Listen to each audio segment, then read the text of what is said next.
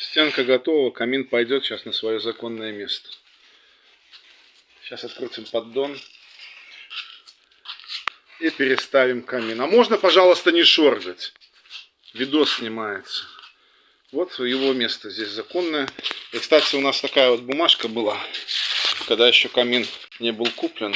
Мы вот по этой бумажке прикидку делали. Вот здесь вот находится дымоход.